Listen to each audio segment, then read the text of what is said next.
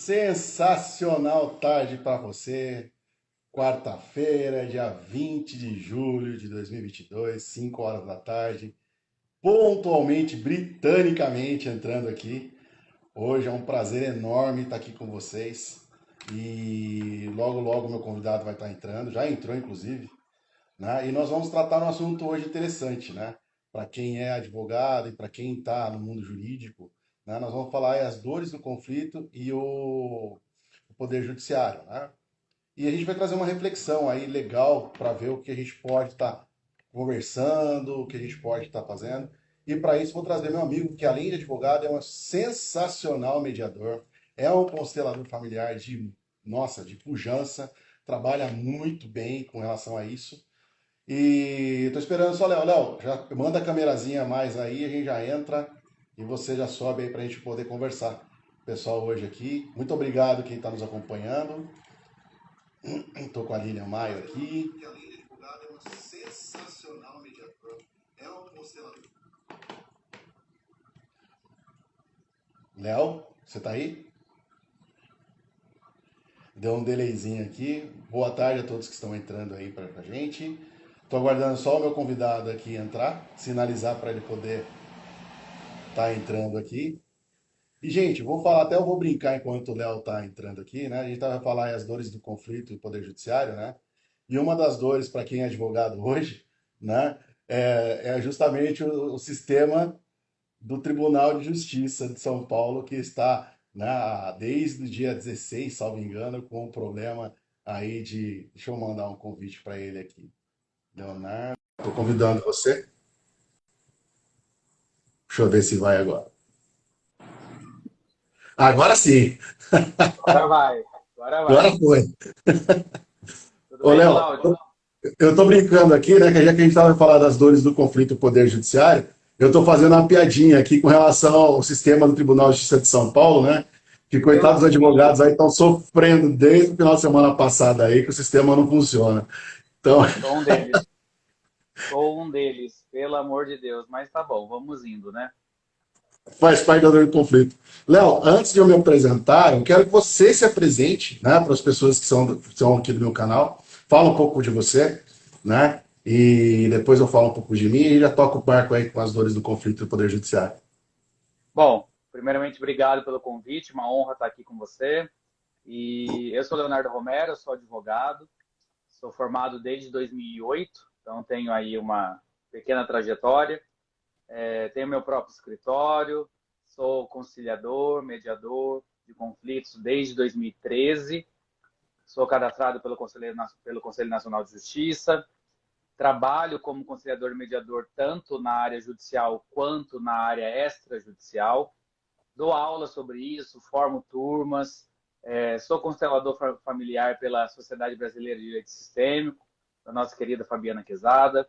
Sou formado com ela desde 2018 em constelação. E aí tenho aí, né? Estou mestrando, terminando o meu mestrado agora, graças a Deus, no final do ano, em resolução de conflitos e mediação, numa escola lá da Espanha. E tenho pós-graduação em Direito Civil, Direito de Família, sou atuante na área de família, né? Sou familiarista. Tenho alguns livros aí publicados junto com alguns outros coautores. E esse sou eu. Estou aqui quando me chamam para falar de conflito, é comigo mesmo, que eu gosto muito desse tema. Eu gosto muito de trazer novas visualizações, novas conceituações e até consciências para todos que estão nos assistindo agora, nos ouvindo, para aqueles que vão nos ouvir e nos ver depois, porque falar de conflito é algo inerente do ser humano, mas não precisa ser tão pesado quanto nós somos criados para acreditar. Exato.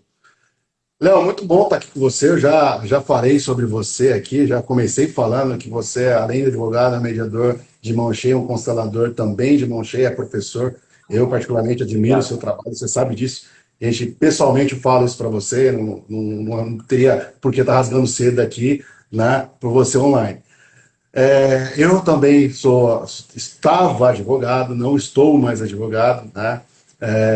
Hoje eu sou hipnólogo, né? Também sou formado pela SBDCs da nossa querida Fabiana Quezada, né? Tenho programação neurolinguística, mas eu vou para uma parte mais hoje terapêutica de cura das pessoas, né? E Maravilhoso. especialmente focando no colega advogado, né? Então, esse tema do conflito no Poder Judiciário, inclusive, né? Eu quero trazer também uma reflexão, Léo, do próprio colega advogado que às vezes se coloca na posição de salvador ali das partes, né? E acaba adoecendo por conta disso, né? A pessoa ali às vezes se coloca onde não é chamada, falando português claro, e adoece, porque aquele conflito não é dele e ele acaba se enrolando no meio daquela bagunça processual ali e fica doente, né? Então, Léo, vamos falar já da questão do conflito. E o que você entende como conflito?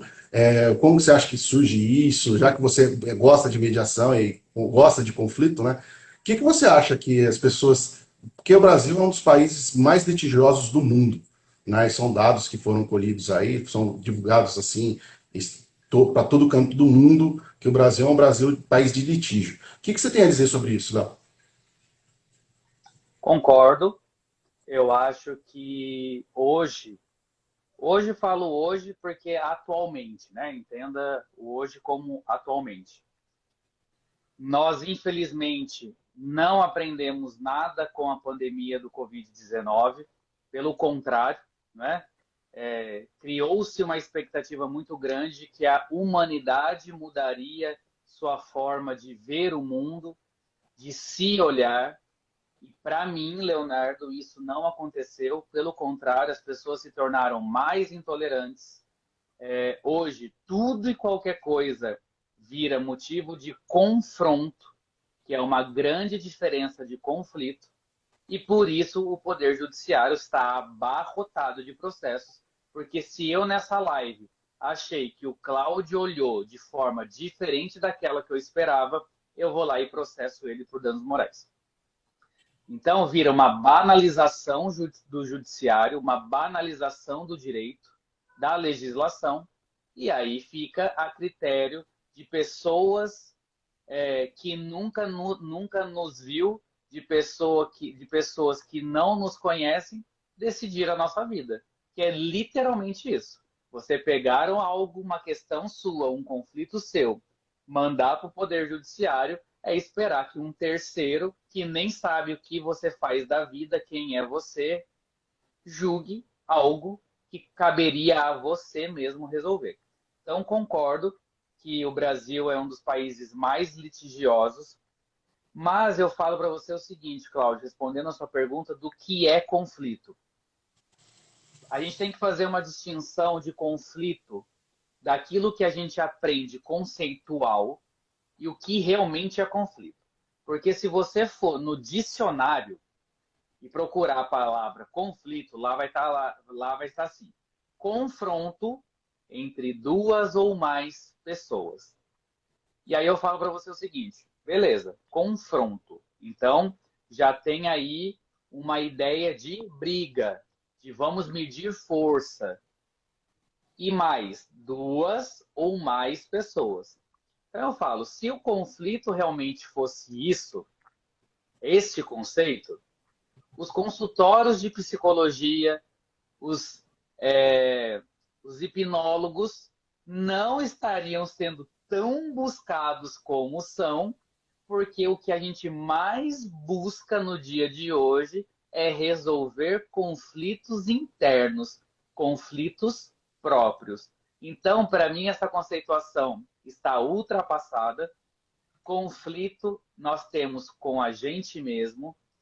Conflito não é confronto, não necessariamente é confronto, e mais, nós somos treinados para acreditar desde criança de que conflito é algo ruim. Então, se você, Cláudio, chega para mim e fala: Nossa, Léo, tô com um conflito para ser resolvido. Eu vou pensar: caramba, ele está com um problema. Hoje, Leonardo, se você fala para mim, Léo, eu tô com um conflito para resolver, eu falo: beleza, vamos olhar para isso. E eu não estou imaginando que é algo ruim, que é algo pesado, não, não importa. o que eu digo é conflito. Vamos lá, vou dar um exemplo para você, Cláudio. Cláudio, semana que vem eu vou tirar uma semana de férias.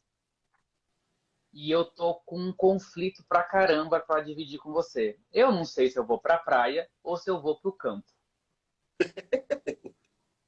E aí as pessoas riem dessa mesma maneira. Por quê? Falar, ah, caramba, isso daí não é conflito. E aí eu falo, quem disse que não?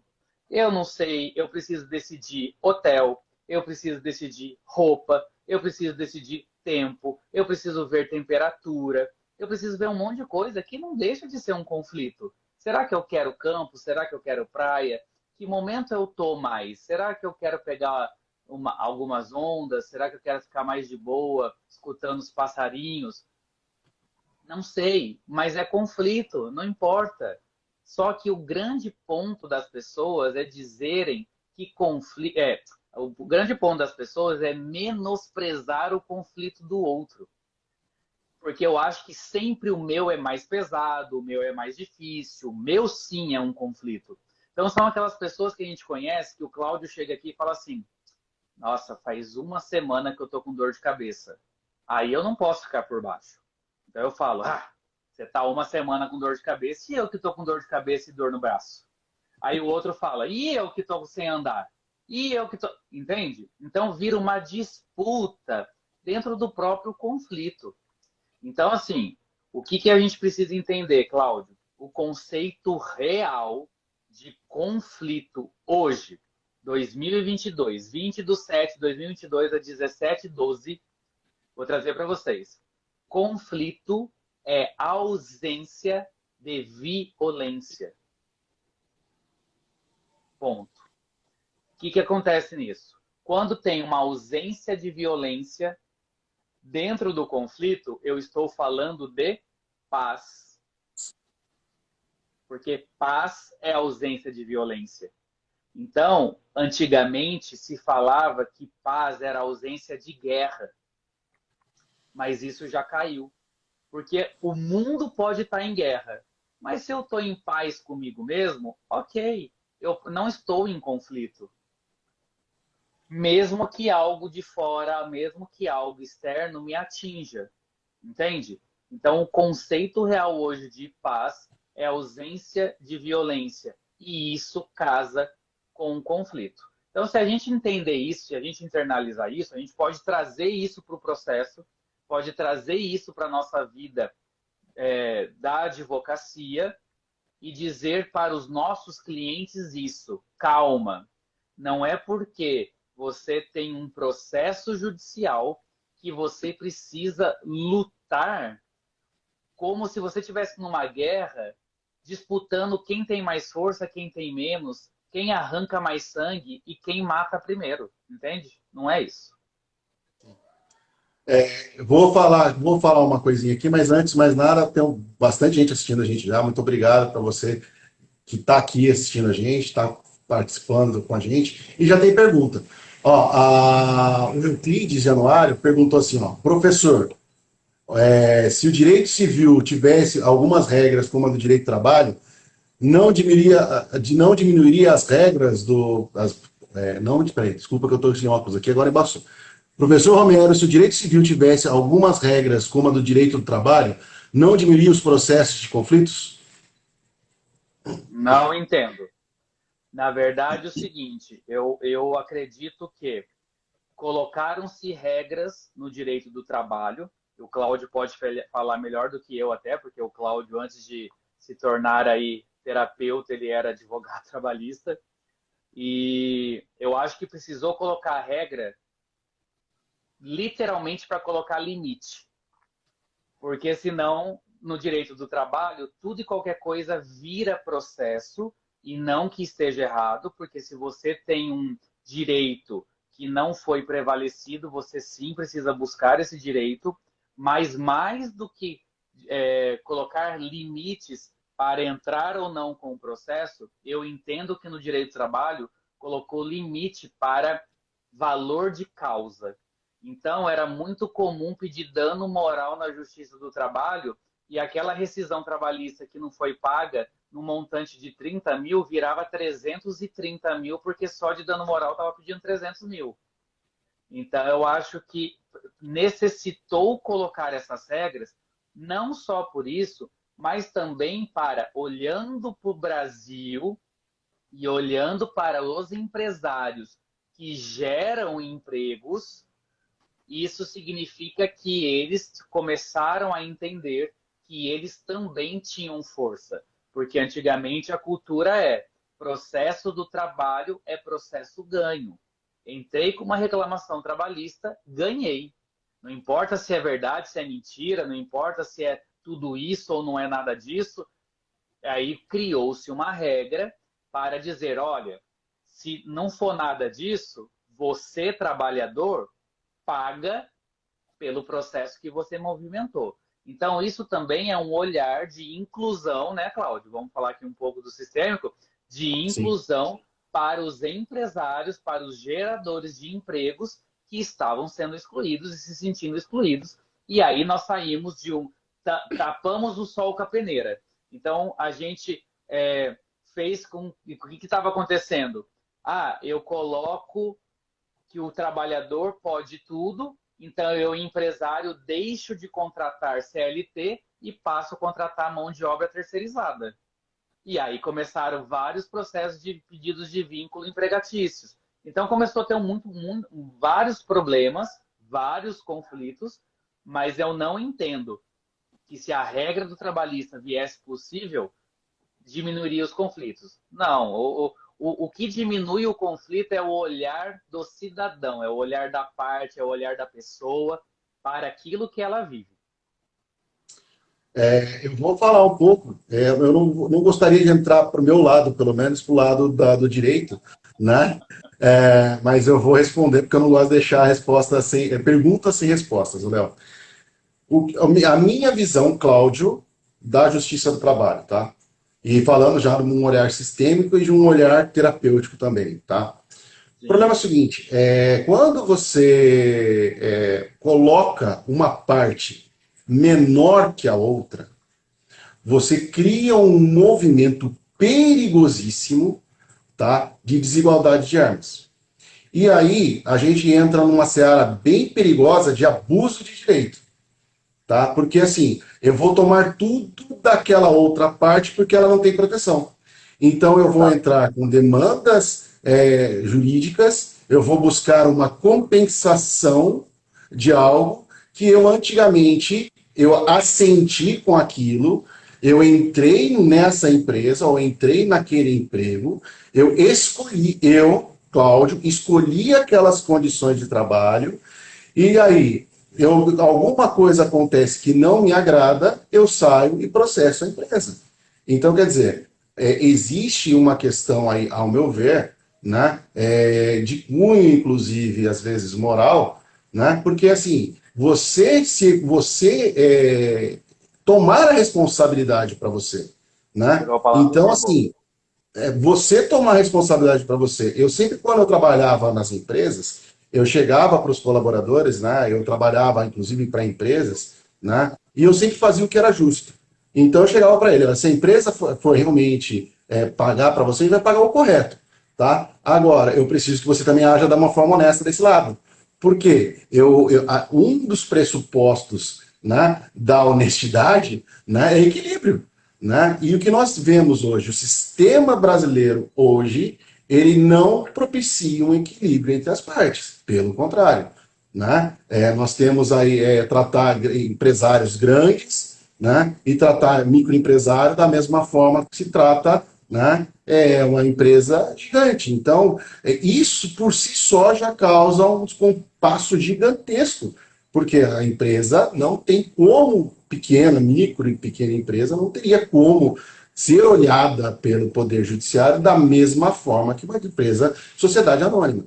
Então, quer dizer, ali você já cria alguns descompassos com relação à questão de recursos, né, que a empresa é obrigada a depositar um valor para poder recorrer. Aí eu pergunto, R$ 8.000, R$ 10.000 hoje para uma multinacional, isso não é nada. Né? Como a gente costuma dizer na gíria, dinheiro de pinga. Né? Agora, você pega um senhorzinho né, um vendedor de pipoca, por exemplo, que tem um funcionário que o ajuda lá, vai ter que recolher 10 mil reais para recorrer, esse cara não vai ter a mesma justiça que a outra empresa tem. Então você começa a criar desequilíbrios e aí você começa a sentir movimentos de conflitos dentro do Poder Judiciário. E aí, uma das coisas que eu gosto de fazer uma reflexão, Léo, é o seguinte, né? O conflito. O que em mim está causando essa necessidade de gestar esse conflito contra o meu empregador? Eu estou olhando ele como meu empregador, eu estou olhando ele como meu pai, né? Principalmente porque combinado não é caro. E assim, outras ferramentas, porque nós também temos uma cultura brasileira do Poder Judiciário, com todo o respeito, essa é a minha opinião, né, de omissão do Poder Judiciário. Porque o empresário ruim, nós temos ferramentas jurídicas para fazer uma punição exemplar. O problema é que a gente enaltece o errado e pune o correto, né? Pessoas que são ali condenadas são descondenadas e não acontece nada com essa pessoa. Entende? Então, quer dizer, isto causa problemas realmente de conflitos sociais, porque, pô, se lá acontece, é que eu também posso fazer, né? Então, esse é meu papel, é meu olhar, né? Fora direito, fora advogado, mas como terapeuta. Nós precisamos começar a olhar as nossas questões como pessoas, né? Então, quem é o Cláudio nessa fila do pão aqui? Por que o Cláudio está olhando o meu empregador como, né, é o meu pai e não como empregador, né? E o empregador, ele é tão lobo mau assim, porque eu tenho então que cancelar, quebrar todas as empresas, então começam algumas questões aí que eu não foge um pouco da questão terapêutica, né? Mas Sim. é isso. Expectativas, né, Cláudio? Sim, Eu espero alinhamento. que você, eu espero sempre que você supra as minhas expectativas. Então, eu espero que o advogado que eu contratei faça aquilo que eu acho que ele tem que fazer. Eu espero que o empregador que me contratou faça aquilo que eu acho que ele tem que fazer. Eu espero que a minha esposa ou a minha namorada faça aquilo que eu acho que ela tem que fazer. E aí a gente entra nesse ciclo de eu acho. É a minha expectativa. Mas se eu não chego para o Cláudio e falo, olha, Cláudio, a minha expectativa para essa live é isso, isso, isso, isso. Se eu não falo, ele não lê mente. Ele é hipnólogo. Ele não é. Ainda Conexão. não lê, né? Ainda não lê, né, Cláudio? Ainda. Ainda não. Mas se eu não falo, você não vai corresponder. E mais, pode ser que a minha expectativa não seja a mesma que a sua. E aí você fale, putz, Léo, mas a minha expectativa para essa live é isso. E aí a gente vai chegar num consenso. Vamos unir o que nós esperamos ou desistimos e não fazemos? E tá Exato, tudo certo. exato, exato.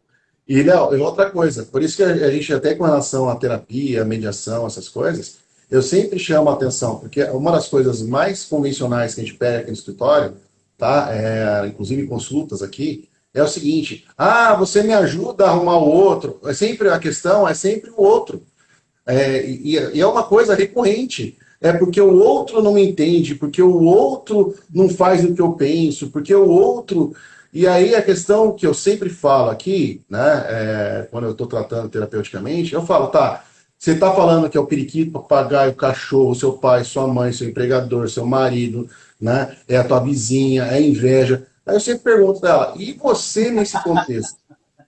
É a inveja que a gente mais ouve. Né? Nossa, tudo é inveja agora. Você viu o rótulo da inveja, né? Ah, eu quero que os invejosos isso, os invejosos aquilo. Sou tão Pô, mas. bom, eu sou bom o suficiente, eu sou assim tão desejado, tão almejado que as pessoas me invejam. E aí eu falo, uma das primeiras perguntas que eu faço aqui, você já viu alguma árvore que não dá fruto tomar pedrada? É uma gíria, né? Lá em casa aqui, né? A gente, a árvore boa toma pedrada, por quê? Eu preciso pegar os frutos lá de cima. O melhor, Claro. geralmente, o fruto melhor está lá na ponta da árvore, então é a pedrada que ela toma. Né? Então as pessoas ficam nessa neura de querer culpar e olhar para o outro, né? E esquece da própria vida. O Terry Crews, aquele que faz o Julius, né? Todo mundo ali, o Chris, né? Sim, Ele falou uma coisa que foi para mim foi sensacional um dia desses aí que eu vi, né? Que as pessoas se preocupam tanto com a concorrência, mas ela tem que lembrar uma coisa: ela é única, ela é única. Então sim, não tem. Se você olha para o outro, você está delegando o seu poder de existência para o outro. sim. E isso causa conflito. Esses dias eu ouvi um colega falando assim: Nossa, eu não sei como que você dá conta de fazer tanta coisa ao mesmo tempo. Um dia eu chego nisso. E eu falei assim para ele: Então, mas você quer chegar nisso para quê? Qual é a intenção? Aí ele ficou quieto, parado, olhando. Ah, não. Falei: Então, não é a sua intenção. Por que que você quer chegar nisso? Talvez eu dê conta de fazer tudo isso e faz sentido para mim. Para você, não. O que você faz já é o suficiente. Então, pronto. Por que que a gente sempre fica ainda procurando e olhando a grama do jardim do vizinho? Porque o tempo que você está lá olhando a grama do jardim do vizinho, você pode estar cuidando da sua. E aí, Léo, e a outra coisa que eu acho que o hipnose, quando a gente está aqui olhando clinicamente, né? Isso é um dos piores problemas que nós enfrentamos aqui clinicamente. Sabe por quê? Porque a pessoa ela não existe. E aí começa a ter os problemas de ansiedade, depressão, e aí ela tem aquelas fobias sociais, né? Começa a ter problemas de relacionamento, porque ela simplesmente ela se espelha em algo que é inalcançável. Porque você não experimentou as mesmas coisas que aquela outra pessoa passou. Então é impossível você ser a mesma pessoa, ter aquelas coisas. A não ser que você faça por você e você atinja um resultado similar àquele, mas igual, jamais, porque a pessoa é única. E isso é um problema terrível, hoje existencial, porque as pessoas querem viver a vida do outro e às vezes, eu falo por mim, quando eu tive depressão, eu olhava para os outros e achava que eu tinha que viver igual, mas não, é a minha vida. Eu tenho que fazer a minha vida, a minha existência é única. O que eu posso fazer de sensacional para poder atingir aquilo? E aí, quando ele começa a olhar para o outro, aí sim começam os problemas de conflito. Porque, pô, o outro tem um carro melhor que eu. O que eu vou fazer para poder fazer aquelas coisas? Aí a pessoa não busca uma evolução, aí às vezes vai para um caminho mais difícil, né? Ou mais fácil. Vai para um problema de desvio de dinheiro, vai para um problema ali de furto, e vai fazer outros contextos para poder atingir aquele objetivo mais rápido. Só que ela é tão maravilhosa que ela esquece que se ela se aplicar e entender os contextos dela, ela também atinge aquilo. Mas precisa dela ter Sim. o primeiro movimento. Por isso que eu falo, o Cláudio, as pessoas falam para mim assim: Nossa, mas por que que você fala tanto da mediação? Por que que você trabalha tanto com resolução de conflitos? Porque eu falo o seguinte: vira filosofia de vida. Quando você entende a técnica, quando você entende o conceito real, você não precisa aplicar isso de forma profissional. Você aplica isso na sua vida. Você aplica isso numa discussão de casal. Você aplica isso numa discussão familiar, numa briga de trânsito. O cara te fechou. Cara, você vai respirar e vai passar e vai pensar 35 vezes se vale a pena eu discutir, eu buzinar, eu ir atrás, entende? Então, assim, esses dias eu até passei por uma situação que uma pessoa bateu no meu carro e meu carro estava estacionado no valet. Então, o valet foi lá, estacionou o manobrista foi lá, estacionou meu carro.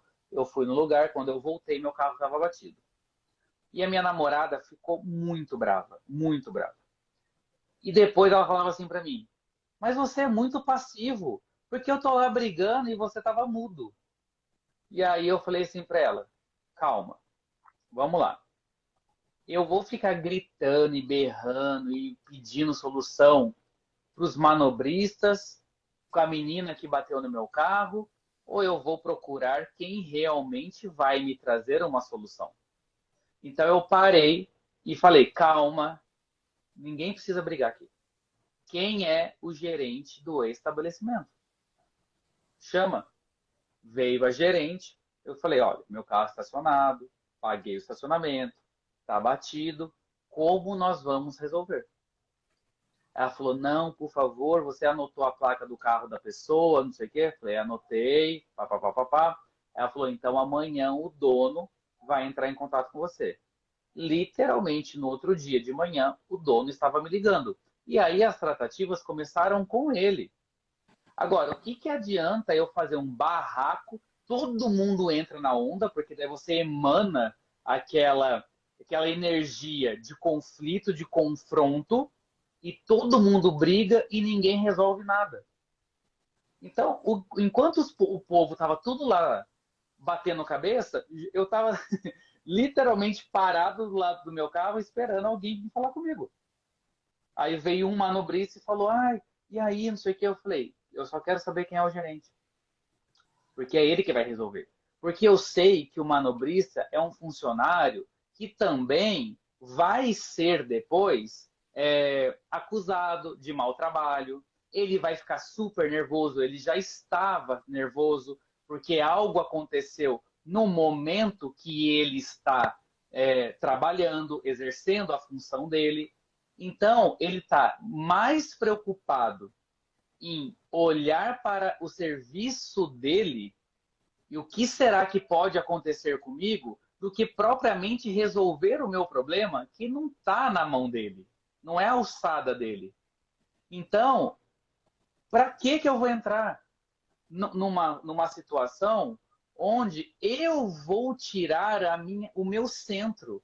Eu vou perder a minha calma, eu vou perder a paciência. Isso não significa que, eu sempre falo isso nas aulas, ser paciente e ser consciente não é ser inerte. Que as pessoas falam, eu fiquei lá meditando enquanto tudo acontecia. Não. Você precisa se posicionar, você precisa correr atrás daquilo que é direito seu e tudo certo. Só que você não precisa fazer de uma forma através de um estardalhaço, porque você vai começar a trazer mais pessoas para aquele conflito que não vai resolver. E aí a pergunta é, tá, diante de tudo isso que você ocasionou, de tudo isso que aconteceu, o que foi resolvido? É. Então, é a mesma coisa que quando começa a briga do casal. Que aí o casal, ou namorado, ou marido e mulher, aquelas pessoas que têm relacionamento afetivo, amoroso, elas começam a ter problema em casa ou no relacionamento, e aí conta para um amigo, conta para outro amigo, conta para outro amigo, compartilha na família, o outro compartilha lá na família. Resumo, tem 150 pessoas sabendo de tudo, 150 pessoas dando opinião própria, sem entender o real contexto, e vira um boné velho, que é o ditado. Porque aí é o que acontece. Eu brigo, não sei o quê, só que eu me resolvo. E aí eu volto para a sociedade com aquela pessoa que eu me relaciono, com essas 150 pessoas que deram opinião, olhando para mim e falando, olha lá, vale nada, mulher de malandro, o cara que não sei o quê. E aí, mas quem ocasionou esta opinião alheia? Foram eles ou fui eu que levei um assunto meu interno? Então, isso é consciência, é saber o que eu quero, o meu posicionamento e mais, entender o real contexto. Porque dentro de um conflito, Cláudio, o que você está me trazendo de conflito não é o real conflito. Tem algo por trás disso e você sabe muito bem do que eu estou falando. Ô, Léo, vou falar aqui umas coisas, só que tem umas pessoas aqui que já estão comentando, então, para a gente falar aqui, e sempre é legal falar isso. O Álvaro Aragão, ele falou, a gente está falando da trabalhista lá, ele falou assim, concordo, habitualmente havia um esforço para sempre haver um jeitinho, seja por parte do trabalhador, mas também por parte do empregador. Deixa eu ver aqui. O Luiz Celésio falou, sempre pensando na frente, é isso aí, parabéns pela paciência, né? O Schmidt falou boa, né? E uma coisa que eu acho interessante, Léo, quando a gente fala, inclusive, dessa questão Advocacia aí, joseense em peso, hein? É, muito obrigado por vocês estarem aí acompanhando a gente. Parabéns aí pelo engajamento de vocês. A gente faz isso por vocês, então eu fico muito feliz em estar podendo estar falando com todas as pessoas aí. Léo, quando eu falava da Justiça do Trabalho, inclusive, só para falar algumas coisas, com relação a esse jeitinho, né? Na época que eu falava muito disso, era o seguinte: você imagina um bando de mentiroso chegando na frente de um juiz para ele decidir o que ia fazer. Uhum. Porque assim, era um puxando para um lado, outro puxando de outro. Né? Então, realmente é uma questão conflituosa e é realmente ali, realmente é desagradável. Se você. Cara, eu acho que o coitado do juiz do trabalho, naquela época, né? Acho que tinha que ficar de saco cheio, porque se ele fosse mandar prender todo mundo ali, acho que todo dia saia 500 pessoas presas dali. Porque realmente era uma coisa inusitada. E a gente volta de novo da questão, como você mesmo disse, do centramento e posicionamento. Escuta, quem sou eu? Né? Se eu estou falando em conflito, o porquê que eu preciso entrar nesse conflito? Ah, mas o meu empregador fez isso, ou o meu empregador fez aquilo. Né? Então, assim, cara, o que a gente pode fazer para resolver isso? Né? O que eu, como adulto, posso chegar para o meu empregador e resolver numa boa? E vice-versa, o empregador também escuta. O que nós podemos fazer para resolver essa demanda? E era uma das coisas também que eu ficava muito possesso na época que eu advogava, a Justiça do Trabalho, que é o seguinte: às vezes o empregador queria até fazer um acordo com o funcionário, né? Às vezes para fazer uma coisa amigável, e o próprio Estado Hum. falava, você não pode fazer isso porque ele precisa de auxílio, e se você fizesse um acordo bom para o trabalhador, você, empresário, não sofria o risco de tomar uma demanda trabalhista nas costas. Quer dizer, o próprio Estado, então, criou um monstro, né, de uma certa forma. É óbvio que tem os bons e os maus empregadores, mas, quer dizer, então, essas dores, né, são criadas também pelo próprio Estado, porque ele também tem as ferramentas de punição para ambas as partes, tanto para o litigante de má fé, né, quanto para o mau empresário. É simplesmente, nós temos as leis. A questão é quem está disposto a aplicar realmente a lei. Porque já existe a lei para aplicar o mal demandante, litigante de má fé, o empresário que não faz o que tem que fazer. Então, realmente fica uma coisa esquisita. E aí a gente tem que olhar para a demanda, olhar para o conflito e tentar entender o que está por trás do conflito. O porquê que no Brasil, então, a gente tem umas questões mais amenas. Porque, por exemplo, você pega lá, por causa de famílias, né, um problema lá de alienação parental, pô, tem as ferramentas. Mas aí vão falar, putz, coitado do pai. Esses dias um colega meu veio falar aí com relação a um caso, né? Cara, são coisas que você fala, mas como que o próprio Estado vai fazer para tomar a mão quando você não tem uma sensibilidade, você tem que agir? Então o Estado também, de uma certa forma, ele fomenta o conflito no Brasil, né? E aí o tema da nossa live é conflito e as dores no Poder Judiciário. A Carol falou uma coisa aqui que eu ia complementar, que é isso quando não são os advogados também que bloqueiam um acordo, uma solução amigável, né? Mas não vamos entrar nesse contexto aqui, porque não é o intuito hoje. Mas quando você fala isso, o Cláudio, o tema da nossa live é exatamente isso que você está falando. Então vamos lá. Alienação parental. Nós temos a ferramenta. Qual é a ferramenta? A priori, estudo psicossocial. Eu vou encaminhar para psicóloga, para assistente social do fórum, setor técnico, e vamos analisar se realmente existe ou não a aplicação da alienação parental. Só que não tem braço. Nós acabamos de falar que o Brasil é um dos países mais litigiosos. E aí eu tenho, numa comarca, sei lá, 1 milhão de processos. E eu tenho 3 psicólogos.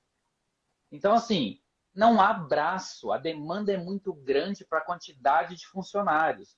E aí, quando a gente fala de conflito e dores no judiciário, nós temos que olhar para todas essas dores e entender que existe uma dor daquele juiz que não consegue puxar mais concursados.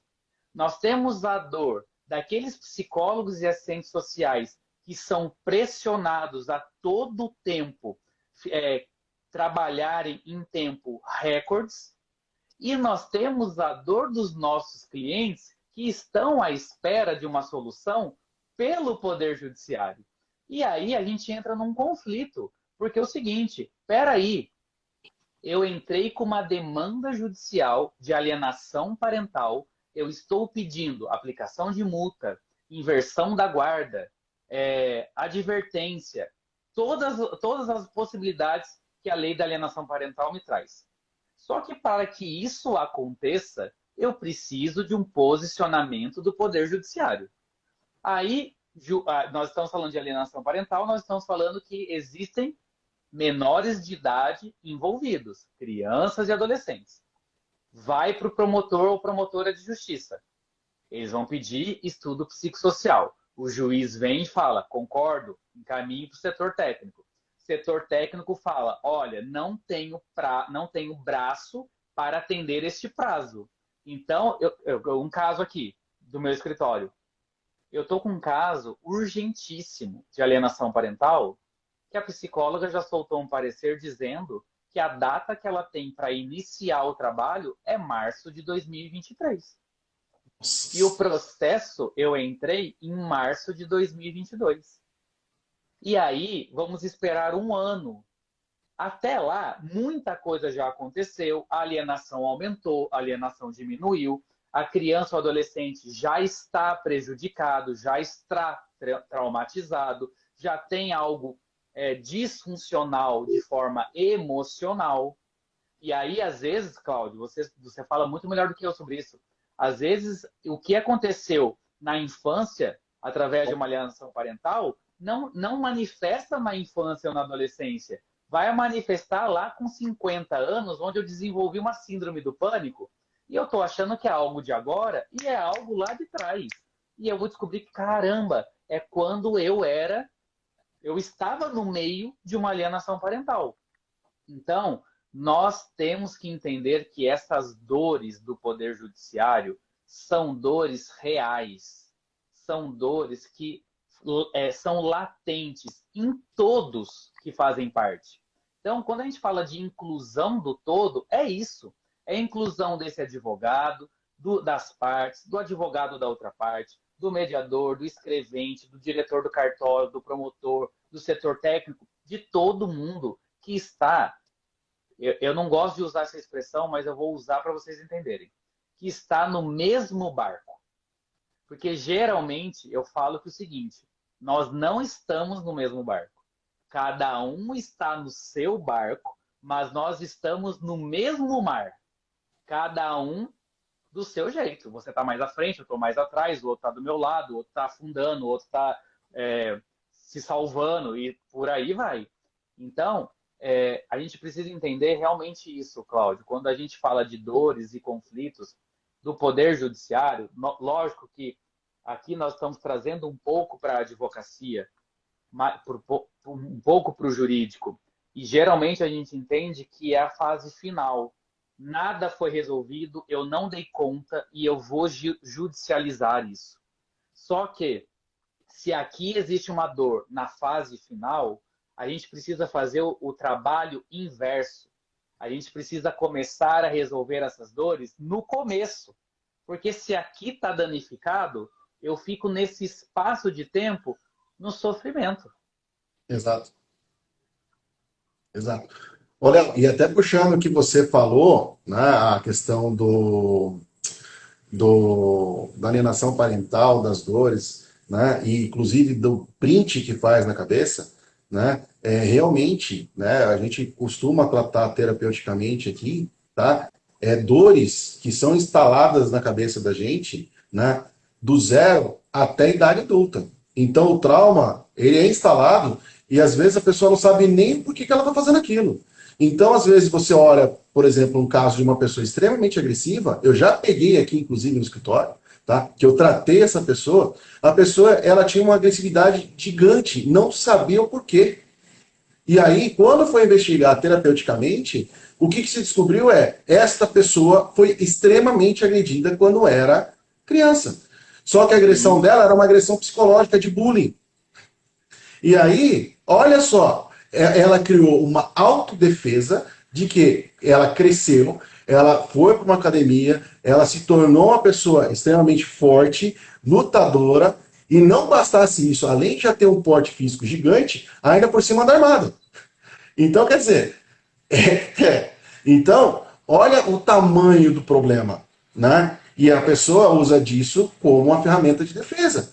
Do quê? Sim. Daquele bullying que ela viveu com os 6 anos de idade.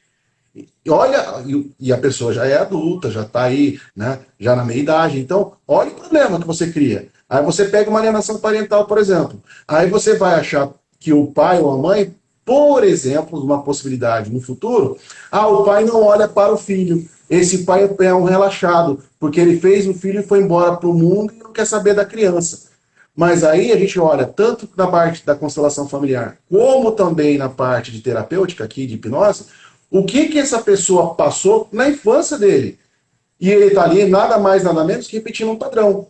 Falando em enxugar gelo, poder judiciário, né? Outras dores. E uma coisa que a Amanda falou aqui, muitos colegas advogados fomentam o conflito. Exato, porque também o colega advogado, ele tem os traumas dele e ele usa aquilo que ensinaram para ele na faculdade como verdade. Só que eu falo, inclusive hoje para os advogados que às vezes vêm aqui no escritório, eu falo, o que é melhor para você? Você ser lembrado pelo seu cliente, por você resolver rápido um processo de uma forma que ele entenda que foi boa para ele, né? De uma forma que ele toma a conta do processo dele e ele resolve os problemas dele. E ele fala, não, beleza, resolvido o problema. Ou delegar para um terceiro e ficar aí você sendo o problema do processo. Eu tive um caso aqui, Léo, só para você ter uma ideia, quando eu estava advogando ainda. Cara, a gente sentou com o autor, com o réu, tudo bonitinho. Foi feito, cara, tudo. As partes se conversaram tal. E o cliente veio no meu escritório: doutor, ó, a gente quer fechar um acordo. E o valor é um valor milionário, cara, um valor gigante. Tá? E aí, sabe quem buscou o processo? A advogada. Por quê? Ela não abria mão dos honorários advocatícios dela. Exato, exato. Eu não abro mão dos meus honorários, mas, doutora, aqui as partes já se compuseram, né? Recebe um pouco mais, um pouco menos, mas vamos resolver o problema. Não abro mão de um centavo do que é meu. Resultado da brincadeira. Não sei o que deu, porque o cliente também já saiu aqui do escritório. Também, eu acho, salvo engano, eles iam tentar fazer, tirar o processo da outra colega e resolver por eles. Né? Falei, olha, eu não vou meter a mão aí, porque aí é outra advogada. O processo de vocês está resolvido. Mas aí não tem que fazer. Não tem o que fazer, E advogado não aí vai assinar. eu falo o seguinte para você, Cláudio. E também é algo que a gente precisa entender que existe um motivo. Talvez essa advogada não estivesse abrindo mão desses honorários porque ela colocou que o recebimento desses honorários a salvaria de algo. De, por exemplo, caramba, são estes honorários que vai realizar um sonho meu, que vai pagar uma dívida, que vai fazer com que eu consiga fazer isso ou aquilo. Então, existe uma expectativa de recebimento.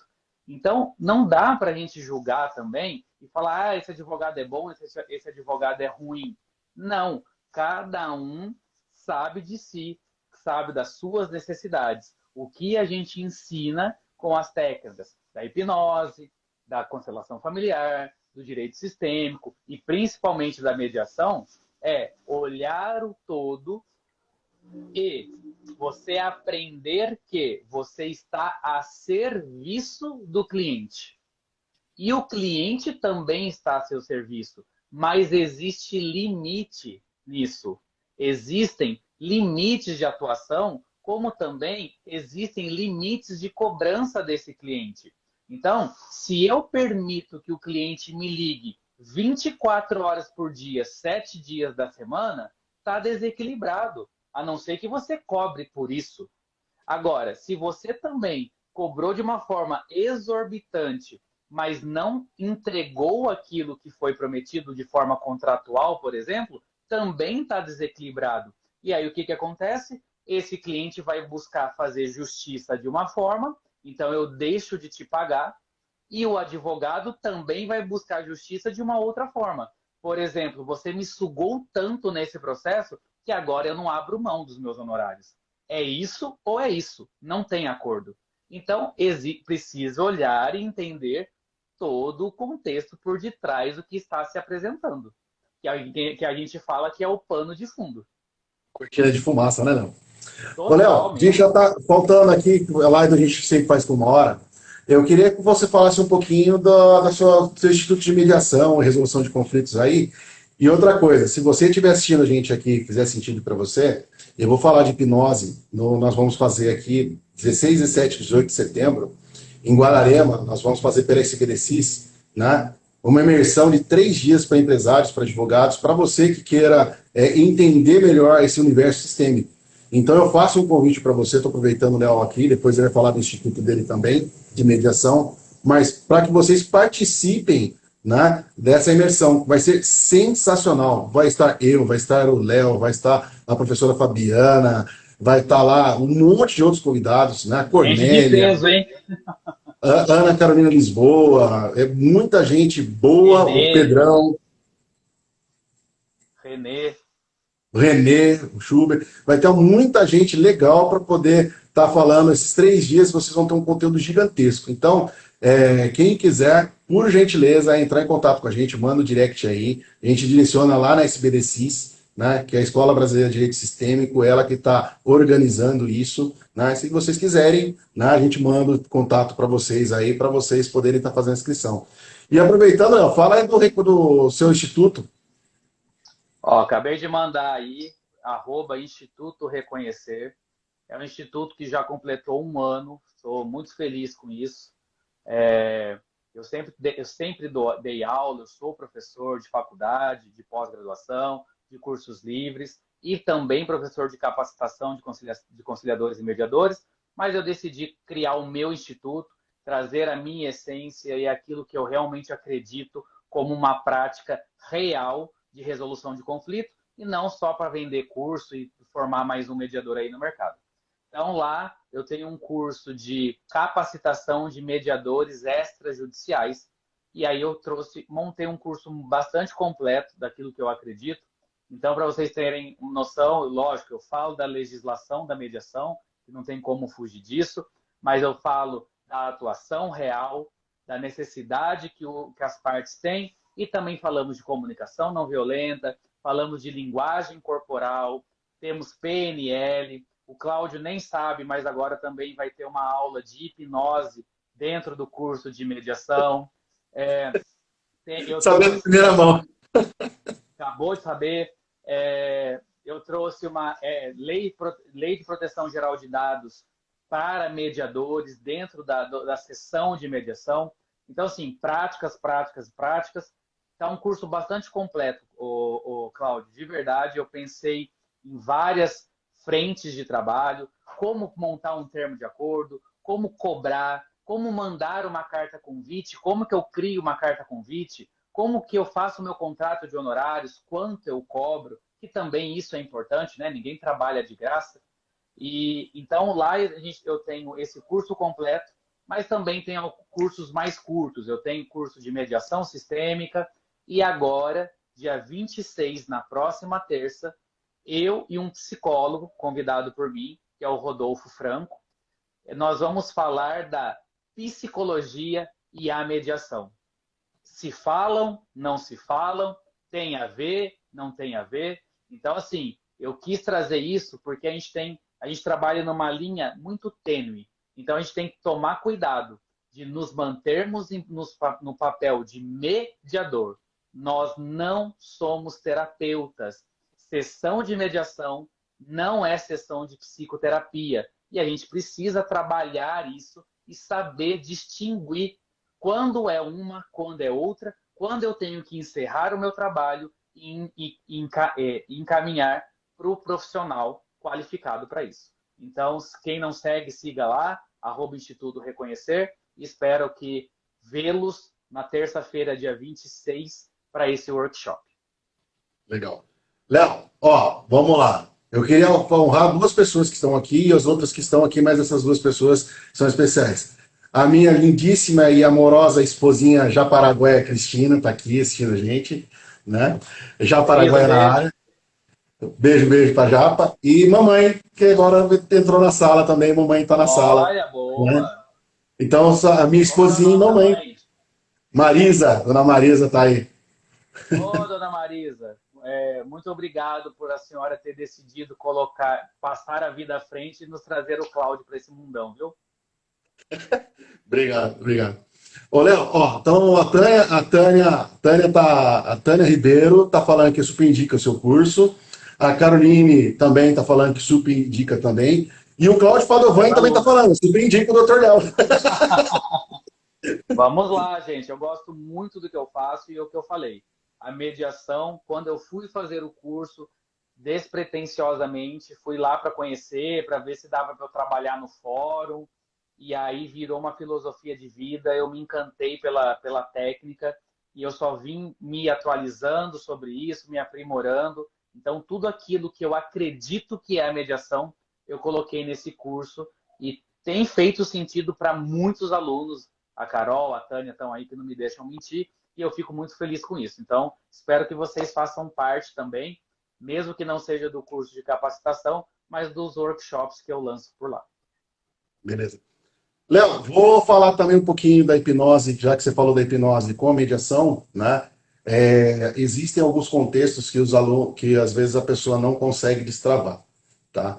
E aonde que entra a hipnose? Exatamente nessa bomba nuclear, nesse contexto que a pessoa às vezes não sabe o que está lá atrás, e assim a gente entra cirurgicamente lá. Então a hipnose clínica, né, ela é utilizada realmente para resolver problemas internos, tá? Então, eu tenho algum problema de crença limitante, eu tenho alguma fobia, eu tenho algum trauma, né? A hipnose, ela é um estado de transe, você vai estar realmente consciente, né? Mas nós vamos trabalhar a nível inconsciente, tá? Para resgatar você daquele programa que está rodando de uma forma sem, como diria, um programa de vírus ali, né? Então ele trava o sistema e você fica revivendo traumas do passado. Então você olha para o passado por depressão, ou então você fica passando um programa de futuro de ansiedade.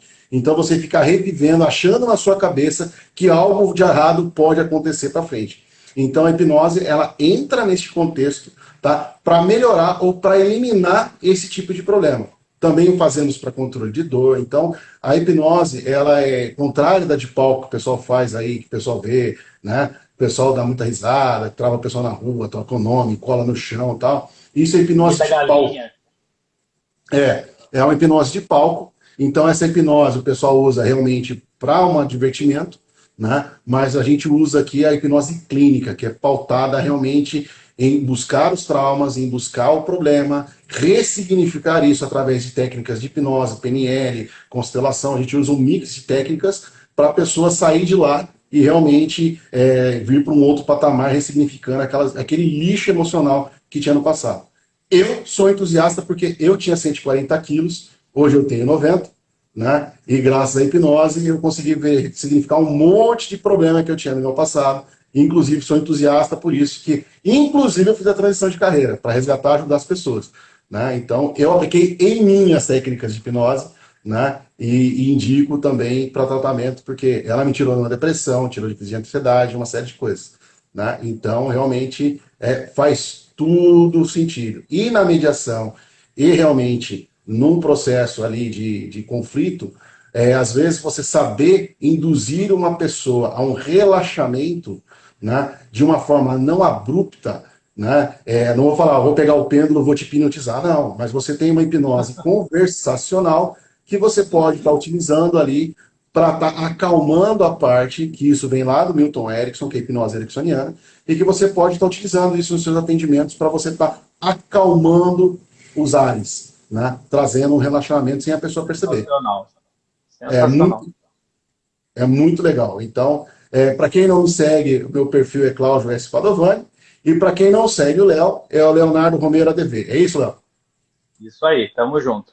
Já vi o Cláudio trabalhando, já fiz testes com ele e ó, super indico. Vai que é sucesso. Obrigado, Léo. Considerações finais, Léo. A gente tem um minuto aí para encerrar o horário. Cláudio, quero agradecer a oportunidade. Voou, nem senti, foi muito bom o bate-papo. Você é uma pessoa sensacional, realmente. Eu acho que a frase que você usa de ótimo, ótimo dia, sensacional dia, pessoa sensacional, tem tudo a ver com você. E parabéns pela sua transição de carreira, tem que ter muita coragem para isso. E sucesso, sucesso, sucesso nessa nova transição aí, que eu já sei que só tem frutos a colher, porque tudo que você plantou, a gente vê. Então, tamo junto e nos vemos em todas as outras coisas que você quiser me convidar. E tamo junto aí na imersão, no instituto e tudo mais. E agradecer as pessoas, né, gente? Obrigado aí por estar com a gente nessa 1 hora. Espero vocês aí também nos meus canais e estou à disposição. Léo, mais uma vez, muito obrigado por você ter participado, aceitado o convite, né? Realmente a gente quer, quando eu montei essa ideia do Café da Tarde Conteúdo, eu quero trazer pessoas realmente com extremo conteúdo para a gente poder conversar, um papo de alto nível, responder as pessoas que nos assistem, né? E fazer realmente uma nova ideia, né? A gente tem tantas informações de tantas coisas. E nada melhor trazer pessoas de referências, pessoas de renome, que sabem o que estão falando, para a gente conversar aqui de uma forma humilde, 1 hora, né? De 1 hora aqui, de uma forma sem filtros, né? Online, porque quem sabe faz ao vivo, né? Então, esse é o intuito do nossos 5 horas da tarde, nosso café da tarde com conteúdo. Muito obrigado mais uma vez por você estar aqui. Né? Vamos ver se a gente marca uma próxima aí, se o pessoal, se quiser, a gente já marca outra. Aí fala, quero mais, a gente já grava, marca outra data, né? Para discutir outros assuntos. Né? E, gente, muito obrigado mesmo. Fiquem com Deus. Esta live eu vou subir depois, tanto pelo Instagram, vou mandar para o Léo também, se ele quiser subir pelo Instagram dele, eu mando para você, Léo. E vai para o meu canal do YouTube lá, para a gente disponibilizar para vocês. Gratidão, fique com Deus e sensacional quarta-feira para vocês. Amém. Obrigado, Cláudio. Gratidão. Até mais. Até mais.